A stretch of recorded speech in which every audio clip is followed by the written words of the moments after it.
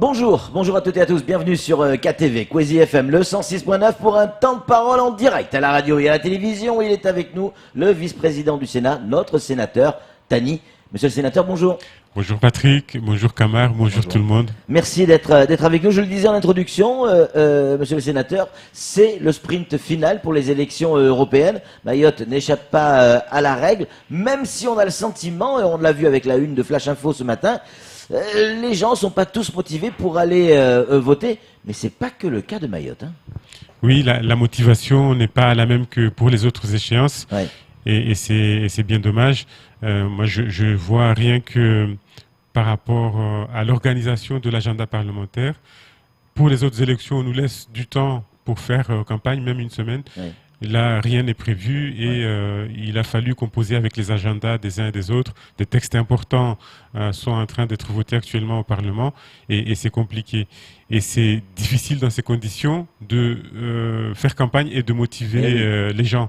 Mais j'insiste quand même sur l'importance de ces élections pour le développement de notre île.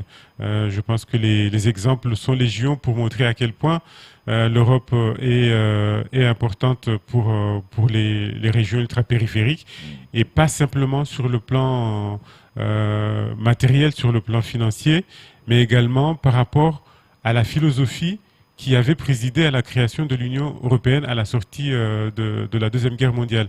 Or, lorsqu'on regarde ce qui est en train de se passer avec des blocs de nationalistes qui sont en train de s'unir, eh bien, il y a lieu d'avoir les plus grandes craintes par rapport à ce qui s'est passé. Mais l'abstention, monsieur le sénateur, a toujours fait le bonheur des extrêmes. Et les gens, doivent en avoir conscience. Ne pas aller voter, c'est mettre un demi-bulletin dans l'urne des extrêmes. C'est même mettre un bulletin entier, Ouais, bulletin entier dans l'urne des extrêmes et ne pas... Vous savez, il y a des gens qui meurent dans le monde pour avoir le droit de voter. Il y a des pays où ce droit est bafoué. Il suffit de regarder un petit peu aux alentours de nous. Nous avons cette possibilité. Il est très très important d'en user. Quel regard vous portez sur cette déclaration qui fait de plus en plus de bruit, en tout cas du bruit dans le sens où les gens sont interpellés. Les déclarations de Marine Le Pen sur le Rassemblement national, pourquoi on parle du Rassemblement national? Parce que La République en marche et le Rassemblement national, c'est grosso modo la finale pour ces élections européennes. Quand elle dit on veut créer l'Europe des nations, on veut pas détruire l'Europe, mais que chaque pays garde sa souveraineté et qu'on fasse des choses ensemble.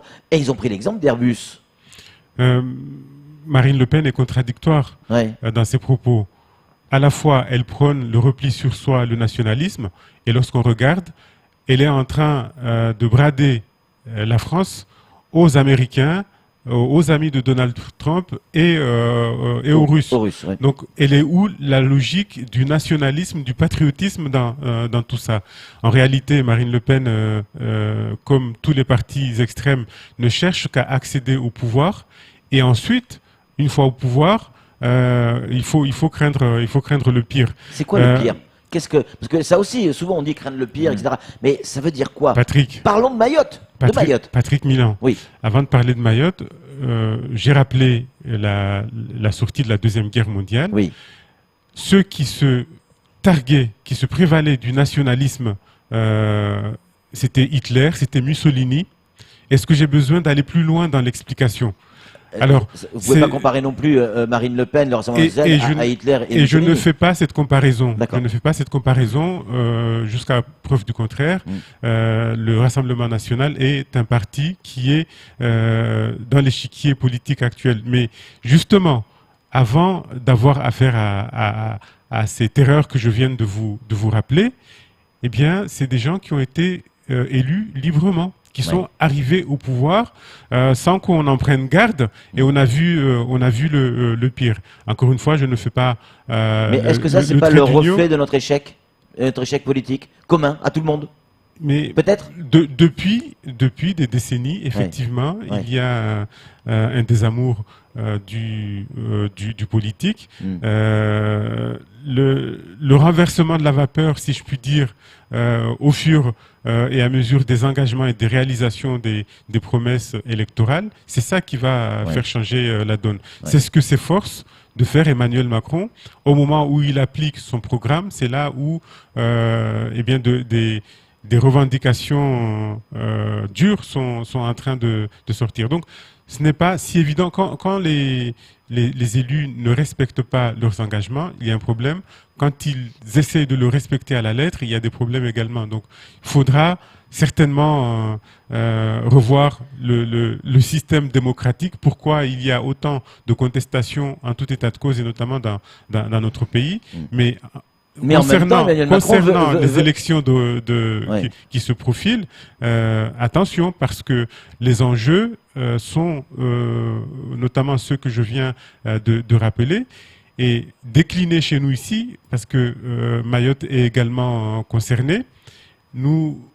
Certains des Mahorais ont ouvert les bras à Marine Le Pen, ne se rappelant même pas que dans le même temps qu'elle vient ici pour se faire adouber, adorer, là-bas, elle prend des positions, par exemple, contre l'islam, quelle que soit la version de cet islam. Elle prend, en tout cas, ses partisans prennent des positions contre ce qu'on appelle les minorités visibles, contre voilà, et ce sont des choses flagrantes. Moi, je ne peux pas comprendre qu'à Mayotte, on ne perçoive pas ces dangers.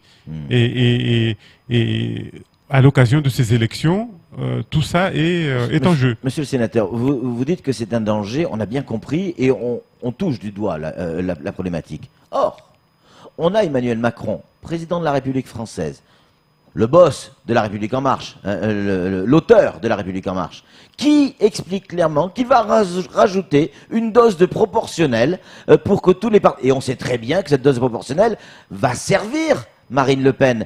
Et est-ce qu'on n'est pas dans un enjeu politique, j'allais dire à la chiracienne, à la mitterrandienne, si je peux m'exprimer ainsi. Tout le monde l'a fait, c'est-à-dire faire monter un peu les extrêmes pour se retrouver en finale, et la France n'ira pas vers les extrêmes, mais votera par défaut. Est-ce que c'est pas ça la stratégie d'Emmanuel Macron ?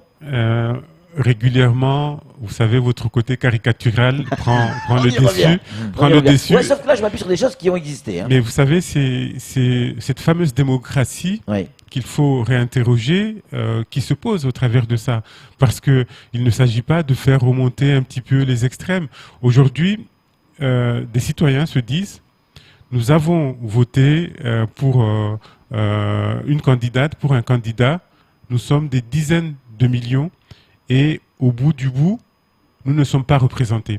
Est-ce que ça, ce n'est pas une question légitime? Est-ce que cette question n'a pas la légitimité de se poser? Si se retrouver au deuxième tour de l'élection présidentielle et ne pas avoir de représentants à la même proportion au Parlement, ça c'est un problème.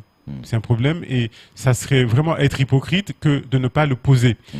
Emmanuel Macron a eu le courage de le poser. Maintenant, il ne fera pas cette réforme tout seul si le Parlement ne le suit pas, si les Français ne le suivent pas.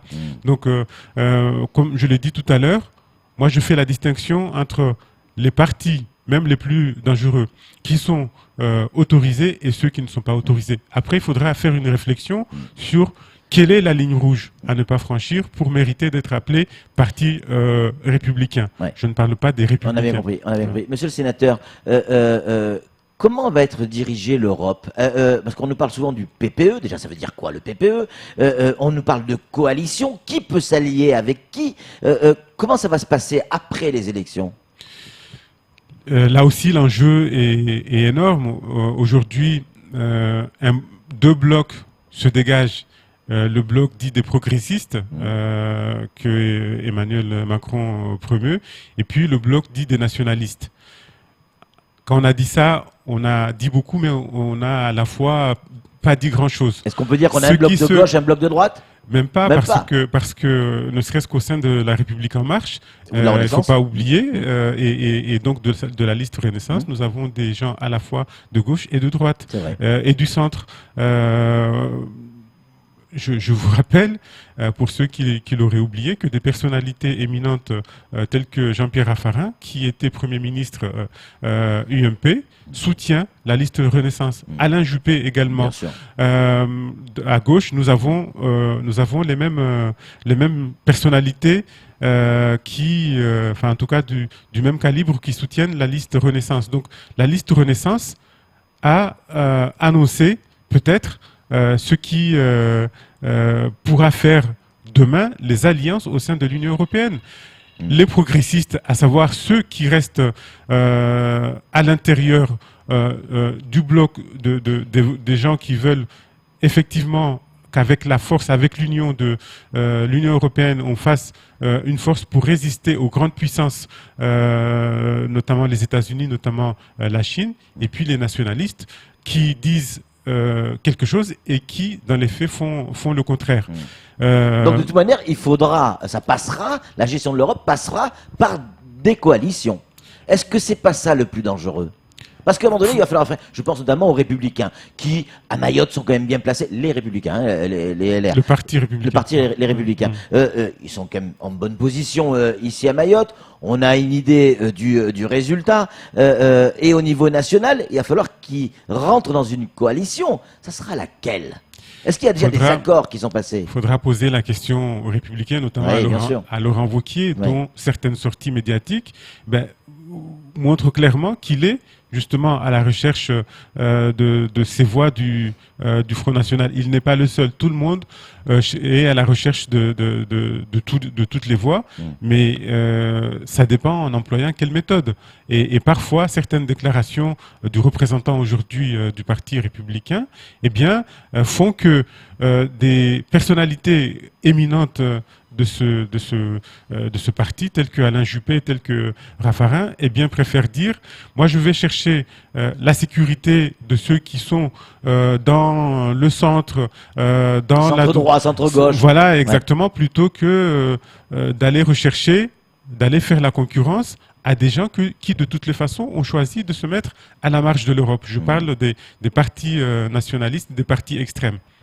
Donc c'est bien ça le plus dangereux. C'est ces fameuses coalitions qui peuvent avoir lieu. Et donc ça va se passer comment pour qu'on comprenne une fois, ok, dimanche c'est voté, on aura les premiers éléments dimanche soir sur les grandes chaînes, lundi ça sera commenté, et puis là il va falloir mettre en place les coalitions. Ça prend combien de temps la mise en place des coalitions? Alors les tractations ont déjà commencé. Oui, et c'est pour ça que la liste Renaissance est en lien avec le SPD, il me semble, en Allemagne, en fait, et également en Italie et en Espagne, en lien avec ce centre droit, ce centre gauche, et pas dans des alliances avec des partis extrêmes.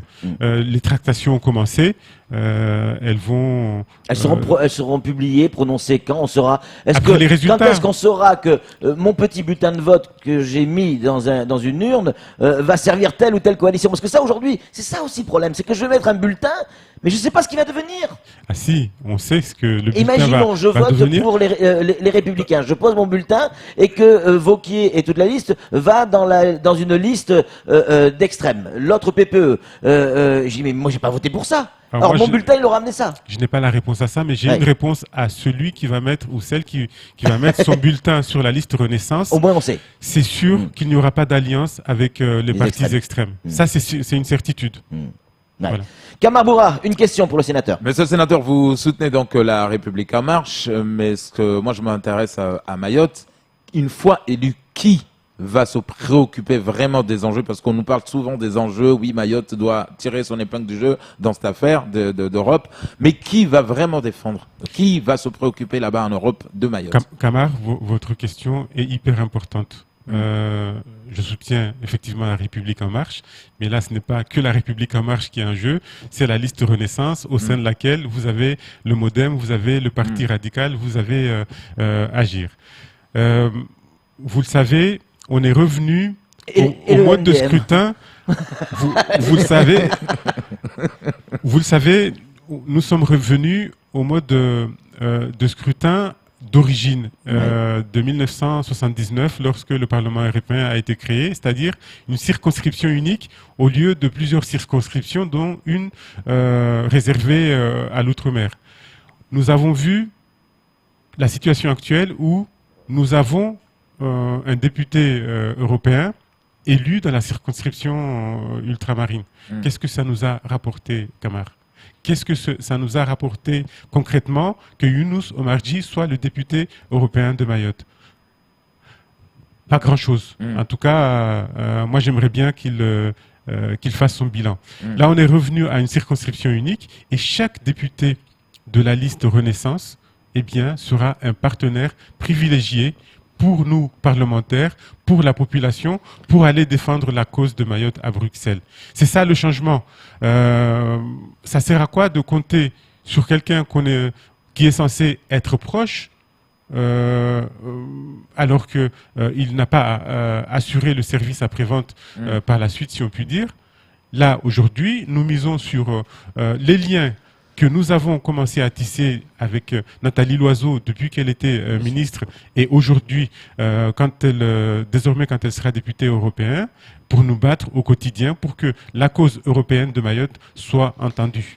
Merci beaucoup, monsieur le sénateur. Vous avez cette chance de pouvoir décider de votre destin, décider du pays dans lequel vous voulez vivre, de l'aspect politique du pays dans lequel vous voulez vivre. Vous avez la chance de pouvoir décider de cette Europe dans laquelle vous voulez vivre. Pour ça, il faut voter. Faites votre choix. Vous avez 34 listes, 34 je crois. listes, 34 dont listes la pour Renaissance. 79 postes.